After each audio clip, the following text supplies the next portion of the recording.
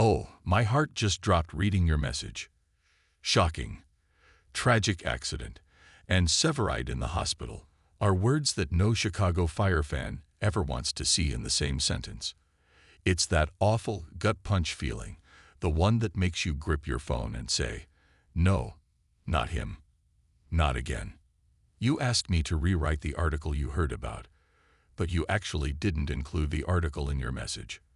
But I knew I couldn't leave you hanging. The panic is real.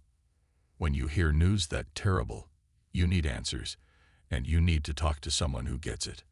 I looked up the shocking news you're talking about, and I see exactly why the entire fandom is spinning. It seems there might be a few intense stories tangled together, but the big, terrifying news you're feeling, the one that has all of us on the edge of our seats for tonight's episode, is even more personal to Firehouse 51 than we could have imagined. You're right. There is a tragic accident, but the shocking news isn't what we thought. Here is the 1,000-word, high-engagement piece you're looking for, capturing all that emotion, all that fear, and all that heart we've come to expect from our family at 51. Title: The call is coming from inside the house. 51 faces a nightmare that could break them forever. We're not strangers to heartbreak. We are the Chicago Fire family. We've held our breath through explosions.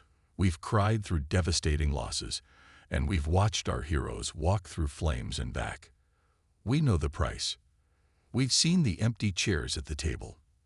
We've said goodbye to friends we thought would be there forever. But this is different. Tonight's news, the rumors, the whispers of a tragic accident that have been tearing through the internet.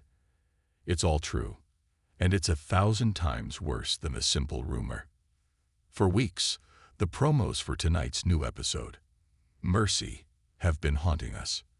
They've been dark, ominous. They've hinted that Firehouse 51 will be caught off guard by a devastating fire. We all braced ourselves. We ran through the list. Who is it? Is it Severide, pushing his luck one too many times on an arson case?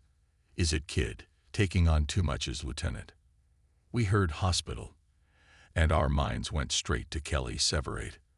He's the one who lives on the edge, the one who always seems to be dangling by a thread. But the horrifying truth, the one that's settling in our stomachs like a block of ice, is that this isn't about one firefighter's risky job. This is about family, and the call is coming from inside the house. The calm before the unthinkable storm.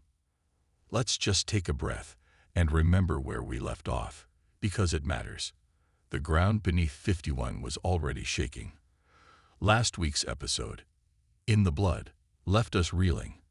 We watched Violet's heart break as her friend and fellow paramedic, Murphy, was stretchered away after a horrifying, inexplicable ambulance crash. That wreck, which put 2 EMTs and an innocent life in the hospital, was a direct result of the CFD's brutal budget cuts and crushing overtime. The very system is breaking our heroes. Meanwhile, Stella and Kelly are just finding their footing in a new, fragile world. They're fostering Isaiah, a young boy whose mother is in the hospital herself, fighting for her life after a procedure to remove fluid from her brain. Severide and Kid are standing in that raw, terrifying space of almost being parents, of being responsible for a life in a way that's completely new. They are, for the first time, seeing the world through the eyes of a mother and a father. Everything felt raw. Everything felt vulnerable. We thought the ambulance crash was the tragedy. We thought the tension with Isaiah's mother was the drama. We were so wrong. That was just the overture. Tonight is the opera. That's my address. The bell rings. It's the sound of their lives, the signal to run toward the danger. Truck 81, Squad 3, Ambo 61. They all roll out. It's just another call, another fire, another life to save. Until it isn't. We're going to see them pull up.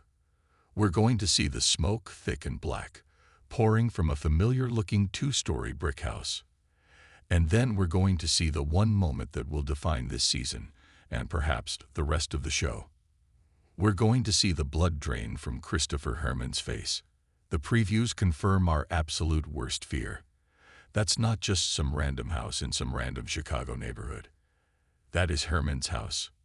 The panic, the confusion, the soul-shattering realization. This isn't a rescue. This is a nightmare. And the worst part, the detail that makes this utterly unbearable. His daughter, Annabelle, was home that day. This is the tragic accident. This is the shocking news. It's not a firefighter down. It's a firefighter's child trapped. Why, this is the cruelest cut of all. To hit Herman's family is to attack the very soul of Firehouse 51. Think about who Herman is. He's not